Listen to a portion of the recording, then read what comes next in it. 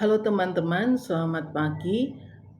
Ini adalah cara melakukan analisis, meta-analisis dengan JESP dengan modul meta-analisis dalam JESP. Posisi JESP saat ini dalam Windows saya sudah terbuka. Kalau belum, maka teman-teman dapat membuka JESP program, kemudian mengekspor data dari tempat di mana teman-teman Ibu Bapak menyimpan data spreadsheet-nya. Data spreadsheet perlu dalam bentuk CSV. Jadi kalau dalam Excel file tidak bisa, Excel file harus di save as CSV dulu, kemudian letakkan ke tempat di mana Ibu Bapak akan memindahkan CSV itu ke dalam JESP. Nah, dalam kasus saya sudah masukkan ke salah satu folder, kemudian itu nanti saya buka, lalu saya pilih file yang sesuai, yang JESP, yang untuk dilakukan meta-analisis. Oke, selanjutnya setelah file itu terpilih, maka file akan otomatis terpindah dalam spreadsheet-nya JESP seperti ini. Kemudian teman-teman dapat mengklik modul meta-analisis, lalu klik classical meta-analisis. Setelah classical meta-analisis diklik, maka hasil akan keluar dalam window sebelahnya. Jadi JSP itu punya window kanan kiri ya.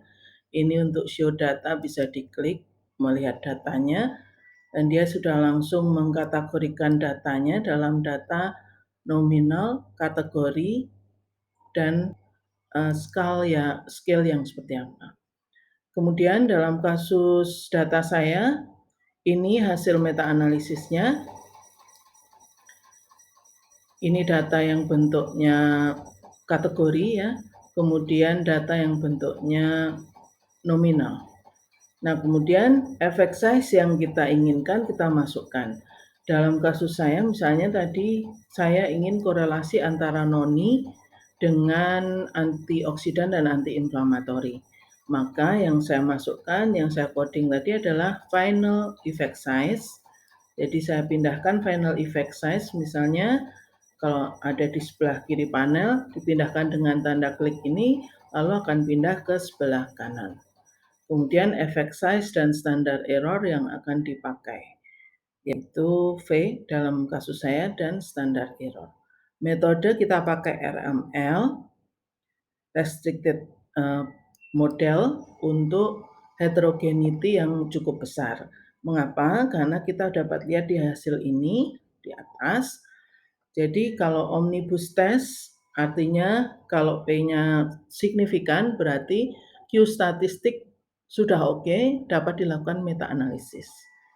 Kemudian heterogeneity juga P-nya kurang dari 0,01, ini untuk menunjukkan kita dapat melakukan classical meta-analisis.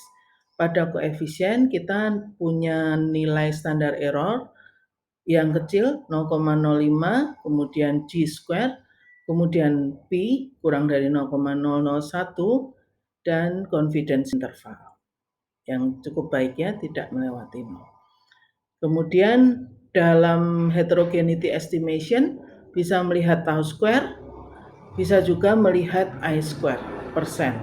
Nah, I square di sini 9723 ya, yang artinya heterogeneity-nya cukup tinggi, atau bahkan untuk beberapa kategori ini dikatakan sangat tinggi.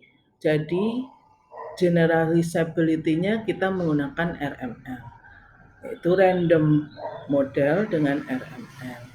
Kemudian ini adalah forest plot-nya untuk studi yang dalam CSV file saya beri nama studi 1 sampai 29. Jadi nanti merujuk pada data coding atau abstraction table dalam CSV file. Dan ini saya urutkan dari kecil ke besar ya weight-nya. Kemudian kita akan lihat diamond hasil dari seluruh RE model ini, effect size total, yaitu correlation-nya 0,45 dengan CI 95% pada 0,36 sampai 0,55, yaitu ujung kiri dari diamond ini mendatar sampai ujung kanan. Nah, ini bentuk diamond ini menunjukkan weight-nya. Kemudian artinya karena tidak melewati garis 0 untuk korelasi, maka dia signifikan, dan 0,45 dalam studi saya ya ini masuk korelasi yang moderat. Kemudian kita bisa masuk ke tiap model ini, statistik ini, jadi memunculkan forest plot itu dari ujung statistik ini estimation confidence intervalnya diisi 95%, kemudian model fit yang kita mau adalah forest plot dan funnel plot. Ya, untuk kepentingan kita pakai forest dan funnel plot. Kemudian residual parameters kita hidupkan. Lalu kalau dalam funnel plot di bawahnya itu kita akan lihat hasil yang seperti ini. Artinya nanti kita bisa katakan apakah ini ada publication bias atau tidak, kanan kirinya sama atau tidak. Titik hitamnya adalah titik referensi kita, titik studi yang kita kumpulkan gitu.